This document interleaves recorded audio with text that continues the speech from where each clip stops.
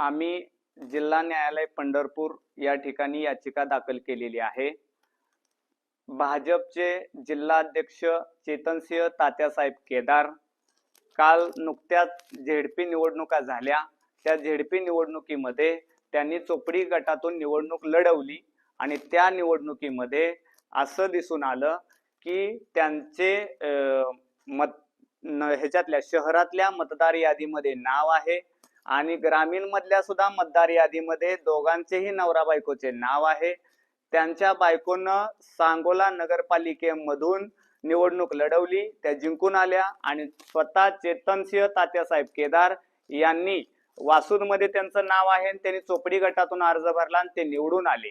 आणि भारतीय अधिनियमानुसार कलम नंबर 31 नुसार काय आहे की प्रत्येक नागरिकाला एकाच मतदारसंघात एकदाच नाव नोंदवता येते। त्यामुळं भारतीय संविधानाचे सरळ उल्लंघन आहे। आणि त्याच्यामध्ये काय सांगितले, जर निवडणूक आयोगाला जर खोटी माहिती दिली, माहिती लपवली तर 1 वर्षाचा कारावास आणि त्याला दंड आकारण्यात यावा।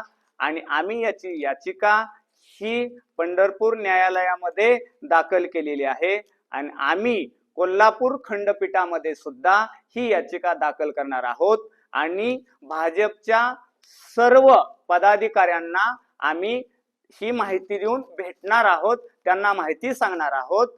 आणि विधान भवनामध्ये सुद्धा आम्ही आमच्या विचाराच्या आमदारांना, आमच्या विचाराच्या मंत्र्यांना विधान भवनामध्ये संविधानिकरित्या मांडावयास सांगणार आहे।